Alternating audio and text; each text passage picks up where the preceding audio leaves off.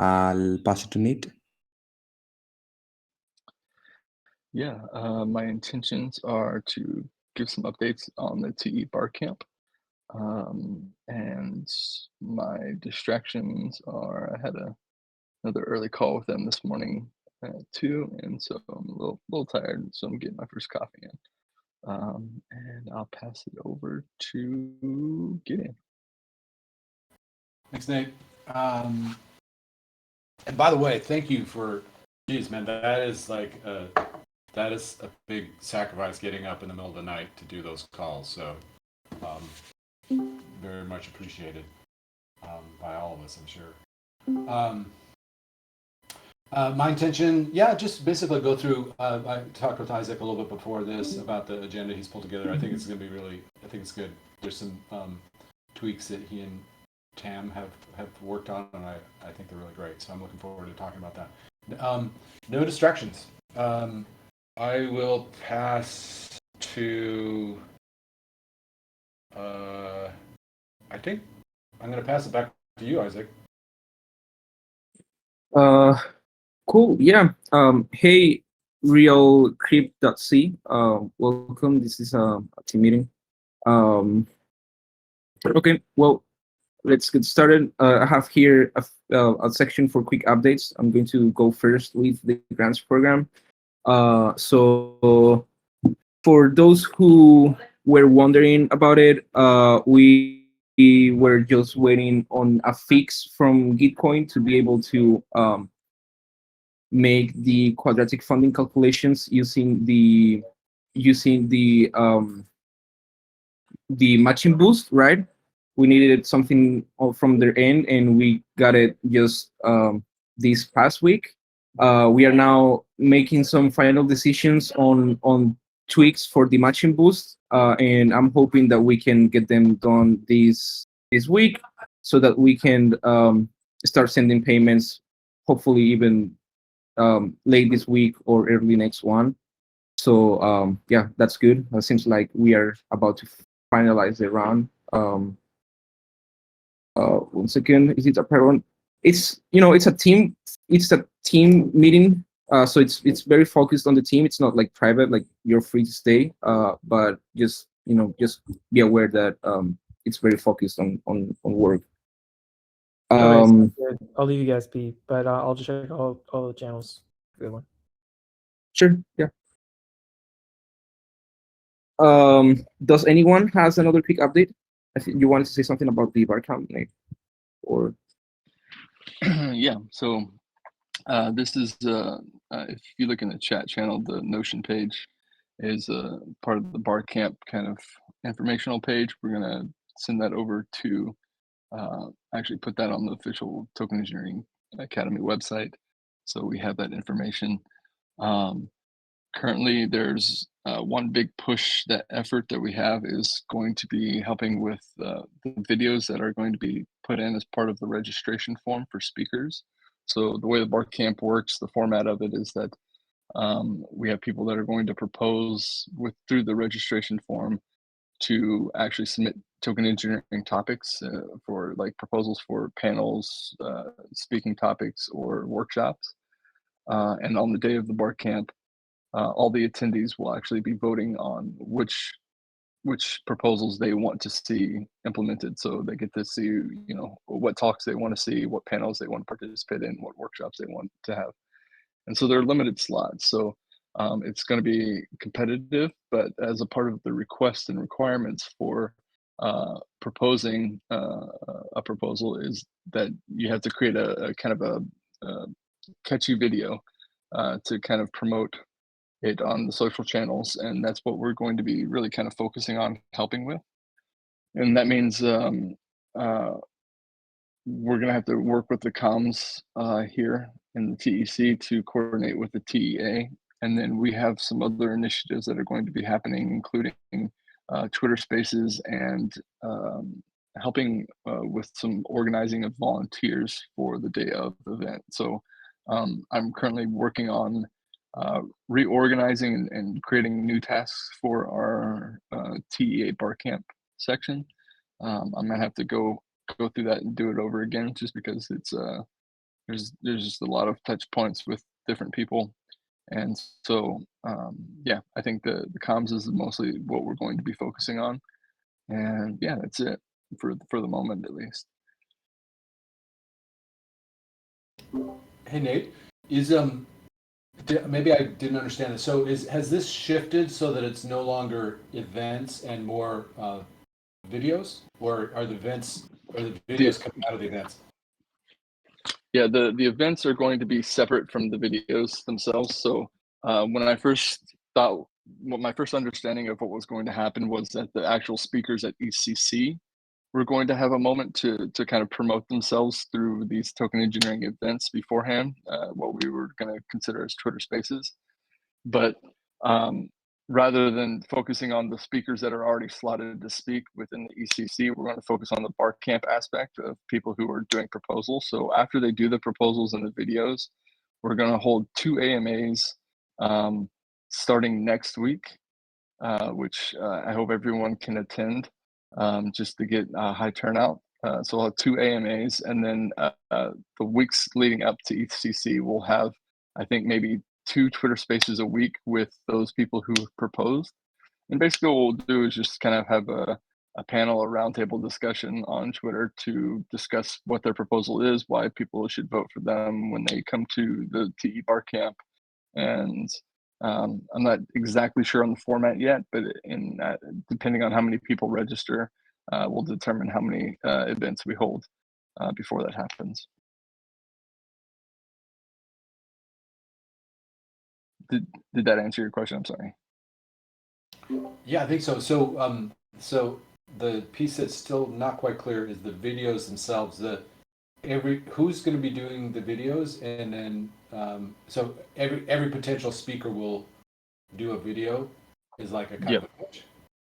Yeah, so Angela and Rohan have done the first initial video that we'll use as an example. We're going to have that going live on Thursday. They've already recorded it. We just need to put a kind of a graphic template to kind of introduce at the beginning of the video, and then cut that video down so it can be supported in Twitter. But all of this is kind of explained within the speaker registration form that members will have to fill out in order to participate as a speaker or an event holder at the TE Bar Camp. And so this will include a video and a headshot. And so this is something that Angela decided that she wanted to be a requirement for participating, because there are limited slots. And so I think that, if somebody's serious about wanting to present at TE Bar Camp, they'll go through the process of submitting a short video and going through that process. And then we'll have more kind of call to actions within the AMA as well for people who are interested. So they should be slowly streaming in. But the idea is that anybody who wants to register, speak, creates a video, and we basically set up the graphic card to put at the end of the beginning of the video and cut it down for Twitter support. So I think it's like 2 minutes and 30 something seconds, I believe is the length limit. So once that happens, we'll promote it within the Token Engineering Commons Twitter and the Token Engineering Academy Twitter, and promote it. Have a kind of a promotion campaign. I was hoping to figure out exactly what we'll do with comms in terms of coordinating with Caitlin, who's in charge of the comms over at Token Engineering Academy. With that being said, I don't see Joseph here, and so it might be good to have kind of kind of a backup plan for somebody to have access to Twitter, making sure that we have multiple people able to connect in that sense. So.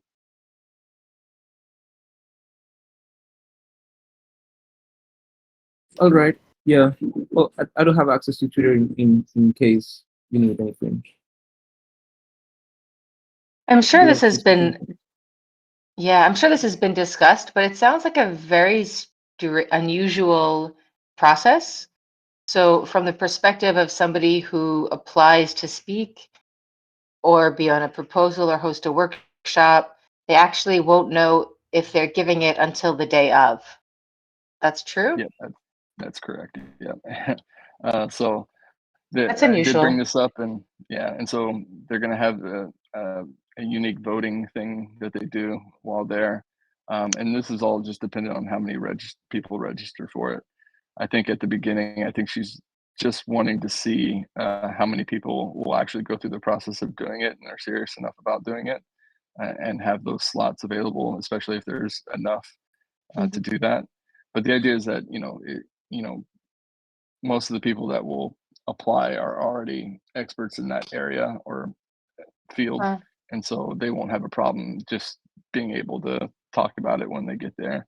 I know it's kind of a bummer if you do all this work and then don't get selected on the day of, which yeah, I did bring up, but Angela, this is the way she is wants to do there? it. So, Yeah, sure. Yeah, it's unusual, but I'm sure it's well thought through.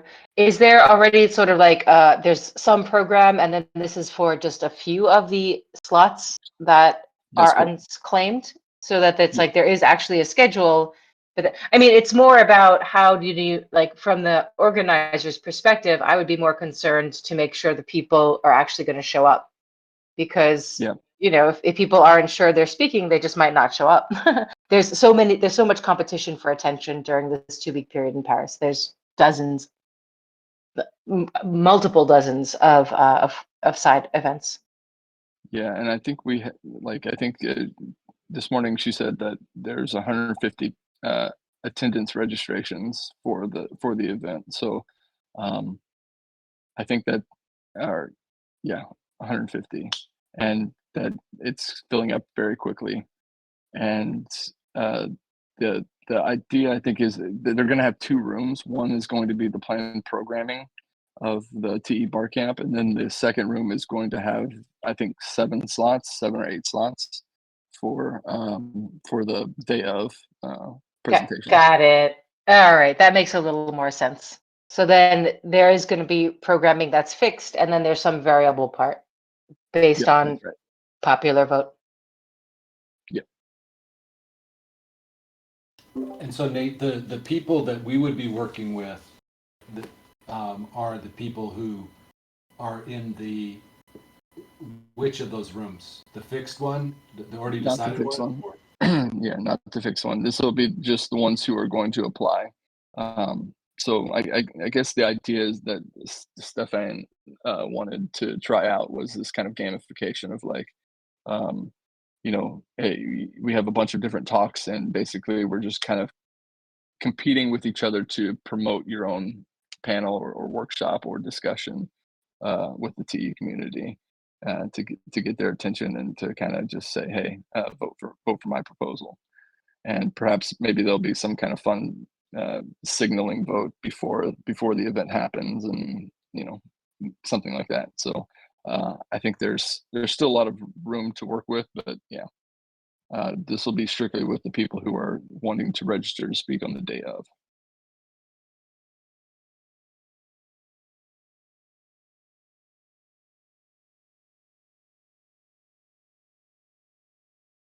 Okay. Well, does anyone has any other quick update before we move on? 5, 4, 3, 2, Yeah, maybe I would just 1. say Yeah. Yeah, maybe I would just say for this particular project, it sounds a bit unusual, which is cool. We could experiment with things, but maybe we could just have very clear ideas of like metrics for success. Like what does success look like for the TEC? Like what does it look like if we like, successfully delivering this? Like in terms of the TEA and TEC, or just from the TEC perspective? Yeah, just the work that we're taking on specifically, but Yeah, how do you know that this initiative that we're taking on has been successful?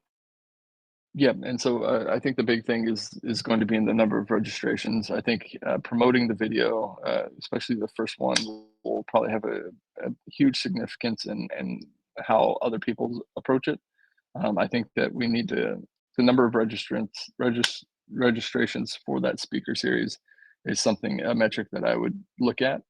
If we can get more than the slots available, I think that is successful. and then having good discussions on these Twitter spaces, having people attend these Twitter spaces to actually discuss their proposal in depth a little bit longer. Yeah, the second one, that I can easily understand. The first one is, what do you mean people registering for the event? Yeah, for a speaker slot. So basically, you know, if Oh, we have people applying to speak. Yeah, we'll have 1 or 2 videos that are already going to be done.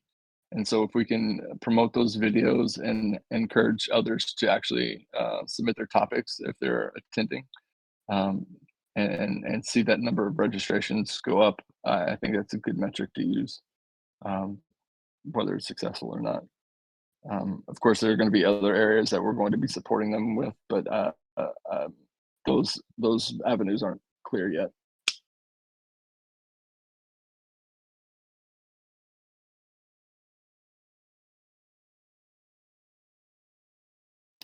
So Nate, is all of this the link that you sent? I must confess that it's complex enough that it's still not 100% clear to me. But if I read this link that you sent, will that clarify this, or does this need to be updated? This is going to be updated. I have a meeting later with Patty to actually go over it before we transfer this information over to the TEA website. And so, yeah, this is kind of a collective approach towards providing the information for the TE Bar Camp. And so it's still in the first couple iterations of it. Got it. Okay. I have one question, Nate, and does the people that submit the video for participation have to be physically present there, or I could submit a video and request for a space and maybe have a presentation done online? Yeah, this is something that Angelo is very strict about. You do have to be there in person for you to have a slot to speak in. Now, if you want to register and just kind of do it, I think if you if you want to add a note that you're actually not going to be there in person, that's fine. Just if you want to get practice in talking or something, but yeah, you have to be there. Okay.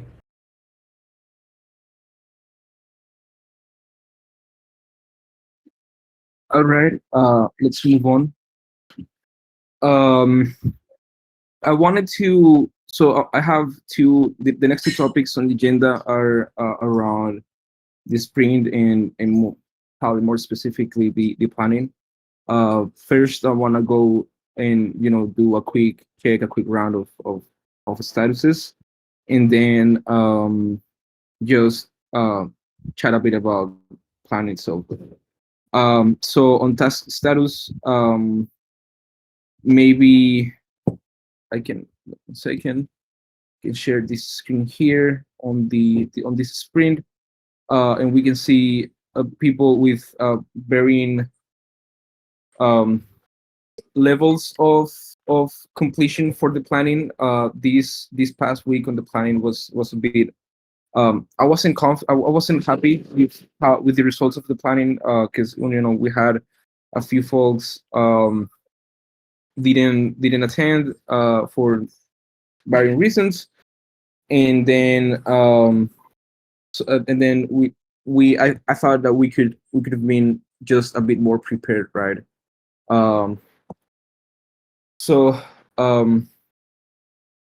yeah, maybe what we do is just go on a quick round. I kind of start myself first, just to see, just to have an example, and then just interested in hearing how everyone has been doing with the planning and the tasks themselves. So for me, for example, I have this. I'm kind of starting to think that I took on a bit too much, or not too much, but some of these things are just depend on a bunch of other things, and I'm not sure I'm going to be able to complete all of them. But then, as far as planning, all of mine, I try to have all of mine as completed as possible.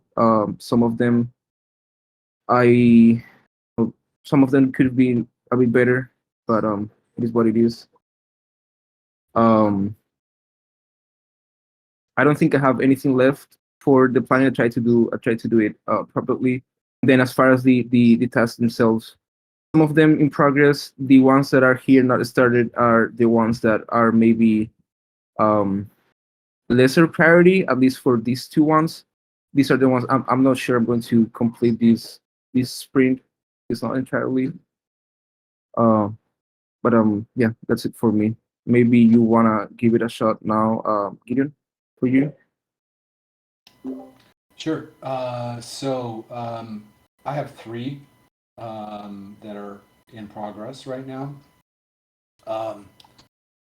Start with the one that is I'm least confident about right now is the Optimism Growth Grant. We're a little bit stuck right now, so I am not sure honestly whether this is gonna make it for this round, and so it's complicated. It's a kind of a complicated grant because it's interacting with another grant that the CommonStack is doing. So we're kind of we haven't figured this out yet. So that one's a little bit shaky. The TEA TEC partnership options recommendation doc is done. Gotten feedback from Tam and Griff and Livia on it, and put it to Angela yesterday. I'm not sharing this one openly quite yet because, yeah, frankly, it's just it needs to be digested by Angela first, and so it's done. It's what I will share here is that I would say this is really focused on kind of like three options for moving forward, and one has to do with one is basically, well, we don't need to go into the details, but basically, I'm waiting right now to get Angela's feedback. I've gotten the initial feedback, and I think this should be done in time, if not very soon after. And then the last one is sending payments to the academy. Got most of the stuff set up at this point, and Bear and Isaac are helping with the actual transaction itself. So I think that one we should be pretty close on that one too. Isaac, I'll hand it back to you, and you figure out who you want to go next. Maybe you, Martha Man. So I completed one of the tasks, which is completing a repetition library, which is done. And then for the comms, I had to make 2 threads, and 1 thread was posted today. That's on Isaac's article, and 1 is yet to be done. And I'm not sure how these two. I mean, this is not part of the sprint, the implementation of a repetition system, and I think it's only assigned to me. Maybe when me and Nate created. I mean, there was a mistake, I think. And even the research document is not part of the present sprint. Okay, Gitcoin passport. The conversation is ongoing. So this person from General Magic and Gitcoin is onboarded on a server, and we have created a group. Me, Nate, and him. So we will be brainstorming things today and tomorrow. I'm not sure if we can finish the ongoing work within the sprint, but yeah, let's see. That's it from me. I'll pass it to Nate. Yeah, sure. So right now we have the mine's focused on 3 areas: closing out the token engineering grant round 1, and then the public goods funding strategy and the events. Those are the 3 projects that are in my list. Of course, the event stuff I've gone over with you, currently in progress. The public goods funding strategy is something that, after I saw the update to the distribution for the current grant round. And so once we finalize that, the token engineering grant round one stuff will be finalized, and I can push that out. Um, but the public goods funding strategy is something that I think we really need to talk about as a group in terms of how we move forward. Kind of reflect on the experience that we had with the Gitcoin protocol, the grants protocol, and see. I know we discussed that we wanted to do this quarterly, but is that something we're sticking to, that we want to do? Is the grant protocol something that we're going to be sticking with? Are the bugs that Gitcoin went through, are they resolved, or do we need to take a different approach? I think there's just a lot of questions that we have before I start creating documentation around it. But yeah, those are firmly in my sprint, that I have a rough draft of each of these things going on. But yeah, it's just one of those things where I need to exactly figure out what we want to do as a group in terms of future grant rounds. Hey Nate, would it be helpful, maybe with that document,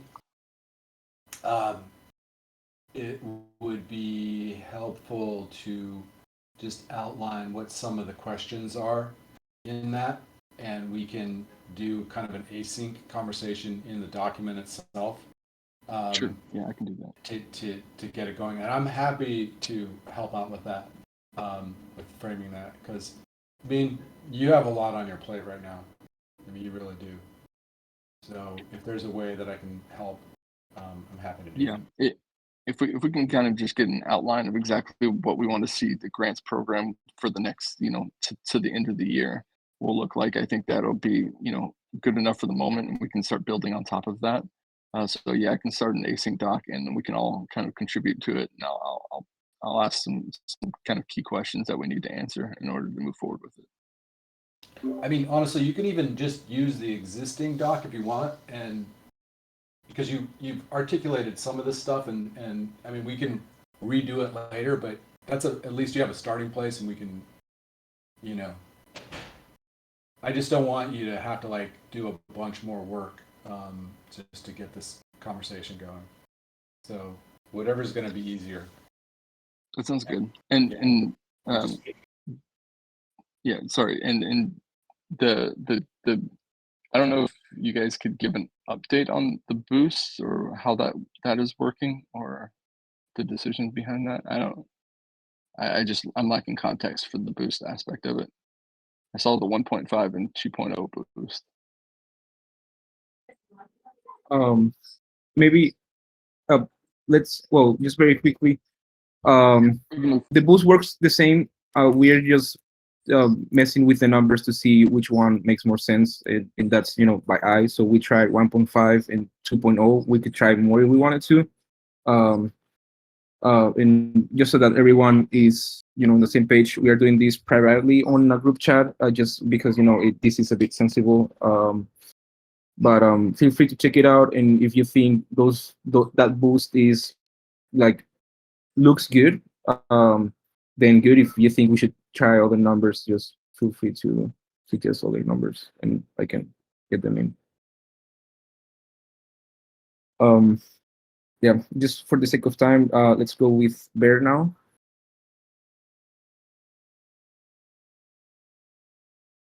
Yeah. Well, I have, I think, 4 tasks. In my case, I feel that I'm a little behind because of last week. I wasn't able to put much work into it. But I have this task of the process of using Coordinate for compensation at the end of this month, ideally. So how does that look like? How do we integrate that to our current workflow and the calls we have and the retrospective? So this is something I want to work on, and probably get your help with this, Isaac, to see what's the best way to integrate all of this. Then I also have a pretty easy task, I think, just for us to finally sign the coordination team agreement, and then that will get done pretty soon, I hope. Yeah, I've tried to add as much detail as I could to some of these tasks. I think there's just 1 or 2 that I still need to finalize. One of those is the individual performance review. And this is some of the work that I've done, that I've already done since the past. So it's quite, there's quite a good progress in there already. And the idea is just this about the review processes, the review periods for each of us that we can do in terms of performance, and that we can all just keep each other accountable with the help of a tool like this.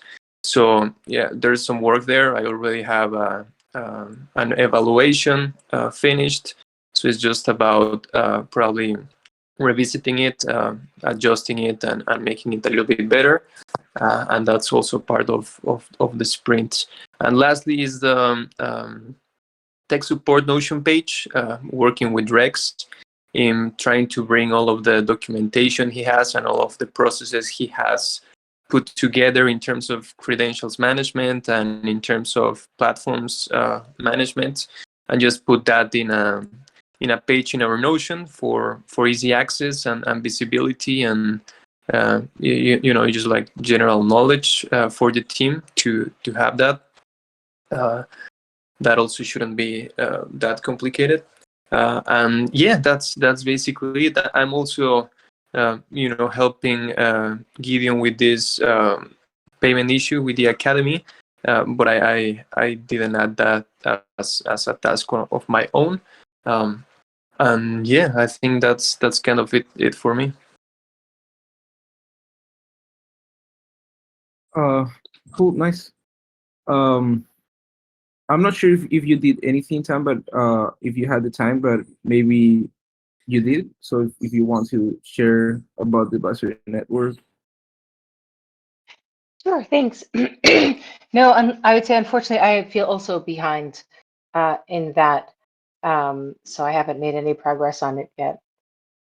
But I also maybe wanted to share, you know, excuse me, NT and I, just for the rest of the team also to be aware, NT and I had a sync. We have a weekly sync now, and one of the things that we were checking in on was how this sprint was going. And one of the things that we were considering was, like, are the expectations of the sprint clear to everyone? So, you know, he and I articulated together, what are the expectations, you know, when we are doing the sprint? And the main three things that came together is that, you know, all of our coordination work is on the board, and that everyone uses the issue template. And it's a great opportunity actually to get feedback on how everyone is doing in the sprint, and how, you know, if the issue template seems to contain everything we need, or if there's anything that we think should be added or should be removed. And then the last thing is that the issues are all aligned with the roadmap, and the roadmap is based on the project prospectus that that was reviewed and exists. So I also think it's important, you know, just to have a check-in on the sprint, but also just to align on the expectations of the sprint. Are those all the expectations that everyone else is also, you know, agreeing to do? Yeah, that's a nice jump to the next topic. And hi, Joseph, by the way. So yeah, just what Tom said. There's I think there's two routes overall. One is the route where Gideon takes strictly the product owner role, and we work to create tasks and assign tasks to everyone. But I think that's both not the best use of our time, but also we may end up you know, making more decisions that we should, and not making them appropriately, because the people doing the work is the people that know best. And the other route is to have everyone, you know, prepare their own work and have it in here. The thing with that is that we have to make sure that we have like a common interface to do the work, and that everyone takes the time to do it, because then it gets all really messy. So just to expand on what Tom was saying, some of the things that we should expect everyone to do for each sprint is to come prepared to the planning. You know, have a few tasks. They don't. I would go as far as saying they don't have to be like 100% completed, but you should have some level of preparation, because then we spend the planning like just bouncing around ideas and putting too much time on the details of tasks, which is not isn't really the primary intention of the meeting to solve and find out what everyone has to work on. Um, and so probably, and as a general rule of thumb, non-completed tasks, or at least tasks that were not even started, will make it to the sprint, and we will have to think about what does that mean in terms of accountability. And to be fair, preparing for the planning takes me what 30 minutes or something like that. It's not a bunch of time.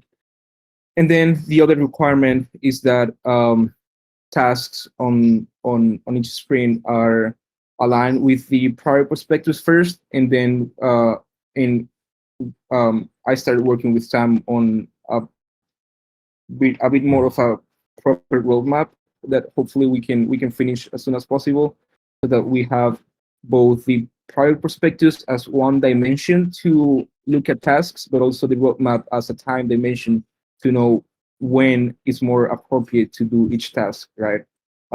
So just have that in mind. We are going to revisit the prior perspectives because we know we have some tasks, some projects that were not initially included, and maybe they will not, but at least for now, the prior perspectives is what we have. I'm going to link it again here. Uh, and with that, important to mention, I've said this multiple times, at the end of the day, there's no excuse in some senses, because if anyone here wants to borrow some time from me to work on the planning, please do so. I'm going to share. I'm happy to share my calendar with anyone so that they can pick a time and we can work through it. And I'm now I've been also now trying to schedule a few calls this week just to complete this current planning and hopefully advance some stuff for the next one. Um, with that, I think I'll stop here 1 second, and then I want to get some feedback on the task template. Um, but does anyone has any comments on what I just said?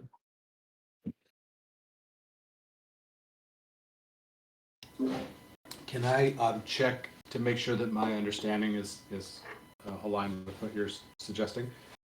So the idea would be take the project prospectus and then break that out into some type of roadmap that's laid out in time, and you've got some initial work on that you've done, and then it would be then a matter of taking that roadmap and then mapping those to actual sprints.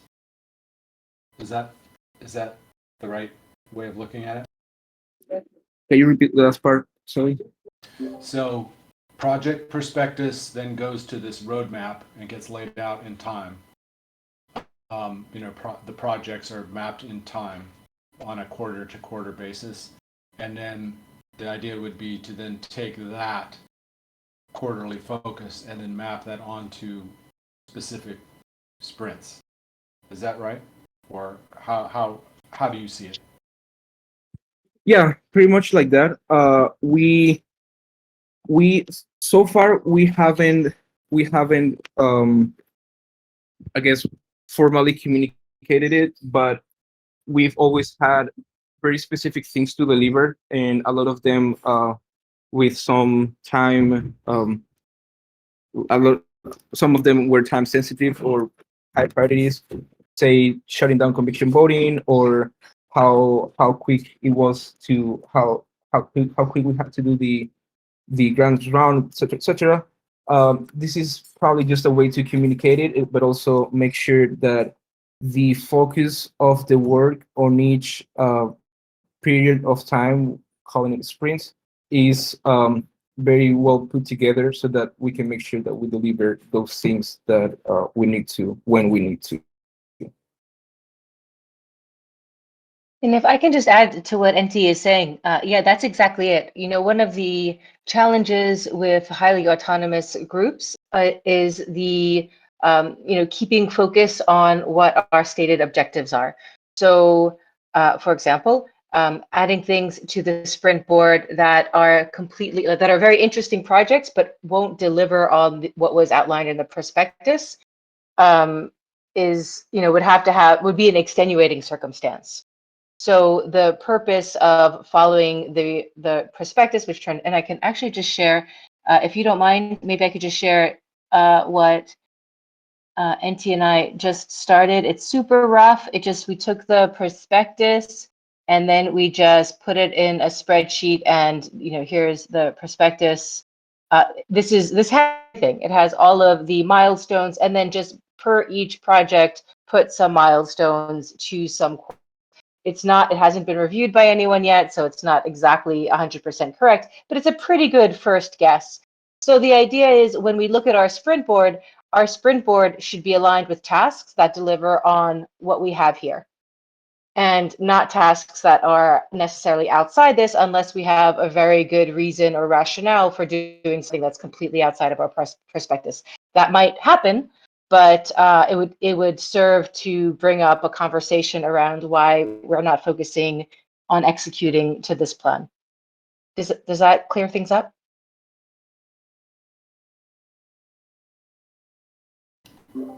I see a lot of hands up. Okay, cool.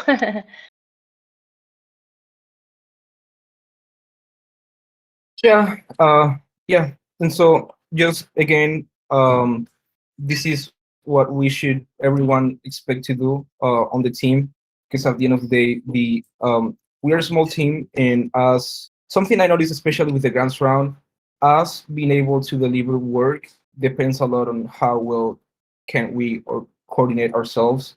And so if the very second that someone doesn't plan anything, or that isn't clear on what to deliver, it has repercussions on the others, right? And so it's going to be very important that moving forward, for as soon as the next planning, that everyone takes at least 30 minutes prior to the planning and sits down to make a cohesive plan. And once again, if anyone wants to or needs some help, I'm very happy to jump in on a call, or even asynchronously just get tasks checked or make sense of the work. And I'm actually happy to, because I like it, so no, not an issue. With that, then I want to check the task template, which I haven't seen, with which we added, but I haven't run. We haven't had a chance to run it by everyone.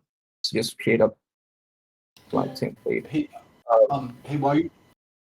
Isaac, I'm sorry to interrupt. While you're pulling that up, I do have a question for you and Tam about. It seems like one of the questions is, okay, so next week we're going into a new sprint, right? And I guess the question is, what's still not clear to me is how we decide what goes from that spreadsheet that Tam showed into that sprint as like high level projects that we're really focused on. Because it seems like knowing that is going to be important for people in order for them to plan about how they would personally contribute. If I may, very quickly. So the way I see it, at least, is it's easier than it seems. Like, if we know that for the upcoming quarter we have to do a grants round, then it's not like I don't see it as something that has to be very rigid. But if we know that in a time frame, and we can even have it more granular than a quarter. If we know that in a quarter we have to deliver a grants round, then it's easier to spread the work across the sprints, so that by the end of the quarter we have completed that milestone. It's probably more a question of, I think the heavy part of work is being able to communicate and to um, yeah, properly communicate the milestone so that it's clear. And if the milestone is clear, then I think it should be really easy to get the work done, because to do the grants to do a grants round on a quarter, we have to do a plan, we have to do a specs, or yada yada yada. There's a few steps that we know we have to do, and then it's easy to just get them done and through in order just to complete the milestone. I think for grants, that might be easier to do because we've Well, yeah. already made a plan for it. But some of these things, like the milestones, are very high level, and they would need to have someone actually own it in order to then map out the pieces of work that need to get done to finish that milestone, for example. So I think your question, Gideon, is really around who is doing what in order for us to complete these milestones in this quarter. And I think that's actually I don't know exactly, and I wonder if that, that I think we should decide who's going to do which pieces of work, and then that person will take ownership of that milestone or that project, and it'll be their responsibility to do advice process and to come up with a plan, and then to create an issue that has outlined the work that needs to be done to complete that milestone. I think that's exactly right. Because otherwise, we have this problem of hey, what work goes into which sprint, right? And it's kind of everybody deciding everything. But if for example, with the grants program, Isaac is the owner of the planning around that project, then it's incumbent upon him to say, hey, you know what? Wow, I'm looking, this is going to be this many months out. We should really start working on this right now. And so if for each one of these projects, we have somebody who is like that point of accountability, then we can be relatively sure that they will be then allocating the work into the sprints properly. So yeah, I think it is a question of who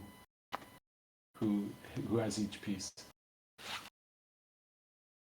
Yeah, and I think at least for now, while while everyone gets used to own projects and to navigate through sprints, but also while we get the roadmap down. Again, probably it's best if you just reach out to me, and I'm going to put yourself, Gideon, as well out. If you're not sure about what you need to do or what would be great to do, I'm happy to have a chat. So please just come prepared, because it helps the whole team if we are all on the same page and properly coordinated. We have just 5 minutes left. Let's go very quickly through the template. So this is a template Sam uses and suggested we use, and I actually like it quite a bit. There's 1, 2, 3, 4, 5 sections. First section, just writing out what is it about, detailing or making sure the intent and the issue that the task is supposed to resolve is communicated there. Then what does success look like? How if I had to review, or if I don't know, if your work depended on success, which kind of our work kind of does depend on us being successful as a group. How can someone, a third party, or even someone else at the team, look at that task and say, hey, yeah, this was successfully done. Maybe it's just 1 point, maybe it's 5, but it's important that we list them so that everyone can be here. Because also a lot of the tasks, again, are interdependable. And sometimes when I want to do work and I look at everyone, any other tasks, and I have no clue of what's happening, it is a bottleneck. Then I have to reach out to you. We have to have a conversation. It would probably be just more straightforward if you put there what success look like, you know. Then who should be part of advice process? If I had to reach out to anyone about this task, who would it be? Again, if a third party or if you yourself at any point need to contact someone, it's nice if you have them laid out, because then it's easier. You don't have to sit down and think about them or who. Links or docs related to the issue, but pretty straightforward question. If there's anything that gives more context that you should link, and then who should be in the loop. I think of that as someone that should probably know about the tasks, but are not necessarily key stakeholders. I don't know if that makes sense. Like I kind of have the concept in my head, but I'm not sure I communicated that properly. Yeah, I just want to add one thing, and I see we only have 4 minutes left, and I think talking about comms might be helpful for comms today. But I guess what I want to say about this is, you know, the purpose of what success looks like is so we could stay focused on the outcomes that we want to achieve.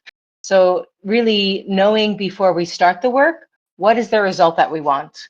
How do we know that this task, that this piece of work that we're starting is going to be successful, and understanding what success looks like before we even start the task.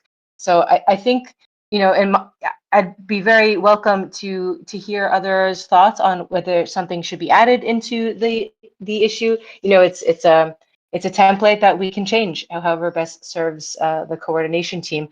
But staying focused on what is the result, we're gonna endeavor to do a piece of work. What is the result we want? I think is really important.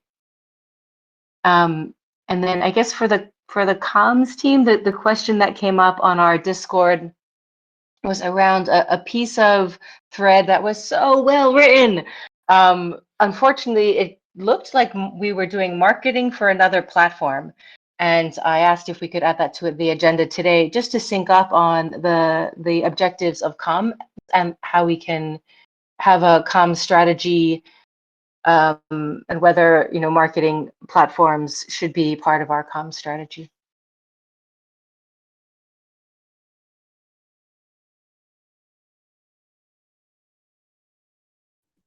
Yeah, so about that.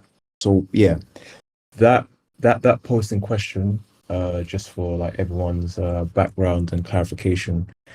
The reason why I chose that approach was because my previous approaches wasn't working. So for example, I will go into platforms Discords or message them privately on Twitter or whatever the case is, and I wasn't really getting any luck per se.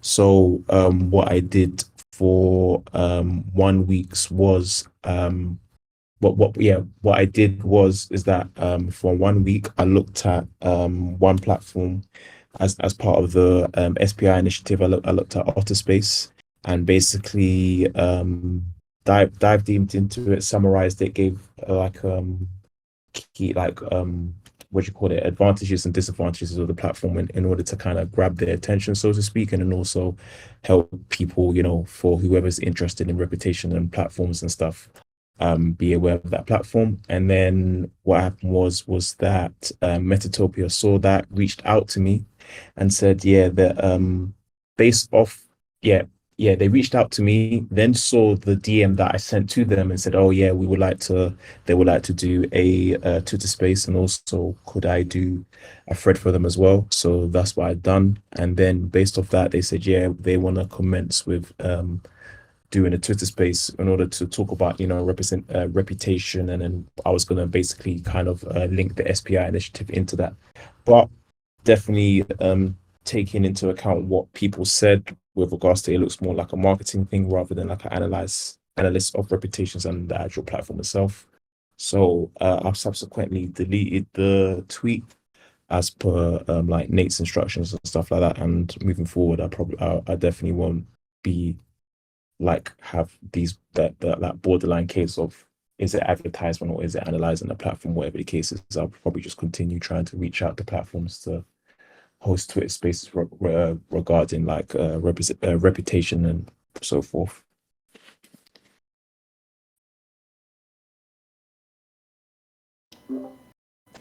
Yeah, I think that this also goes back to the point that Tam and Isaac were touching on about the projects that we're taking on and making sure that they really do fit into the core work that we're trying to tackle in a sprint. And so the reputation project, I think this is one of the things we've got to get a handle on over the next week or so is there's definitely work that we're going to be doing as the TEC around reputation.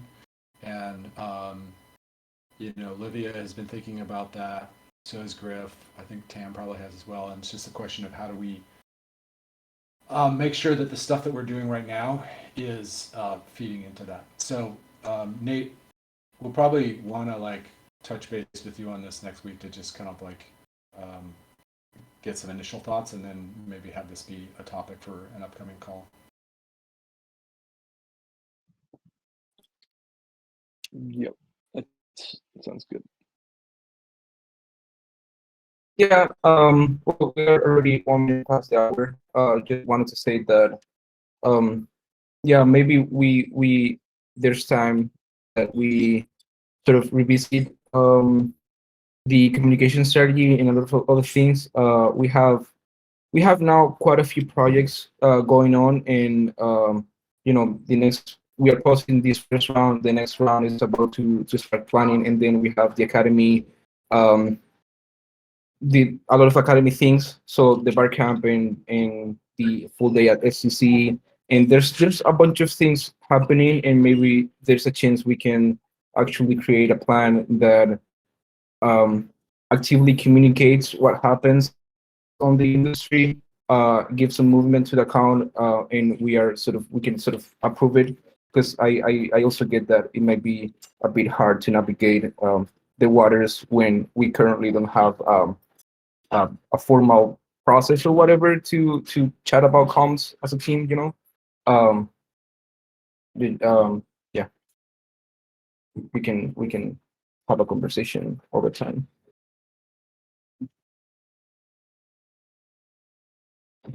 Cool. Yeah. If there's Sorry, I know we're over the hour. I just want to say I'm so sympathetic because I definitely feel like it can be really hard for comms to, historically to know what to actually, what to write about, how to engage, how to build followers. I think it's actually comms is really important work for the TEC. And I don't know if this is the right forum to maybe carve some time here to just review a simple outline of how comms can support the current roadmap and some ideas of doing that, and then sort of get, use this coordination call as advice process for the comms strategy, the next meeting or the one after that, something like that, so that everyone is sort of aligned and aware of the plan too. Does that make sense? Yep, it does. Okay, cool. Well, if there's not anything else, then just quick reminders. Please take some time with me if you'd like some help. Come prepared to the next meeting. And yeah, if you have any feedback with regards to the whole sprint thing, the planning templates, whatever, just let me know. And yeah, thanks everyone. See you later. Thanks, Santi. Thanks, everyone. See you. Everybody, Thank you, everyone. Bye.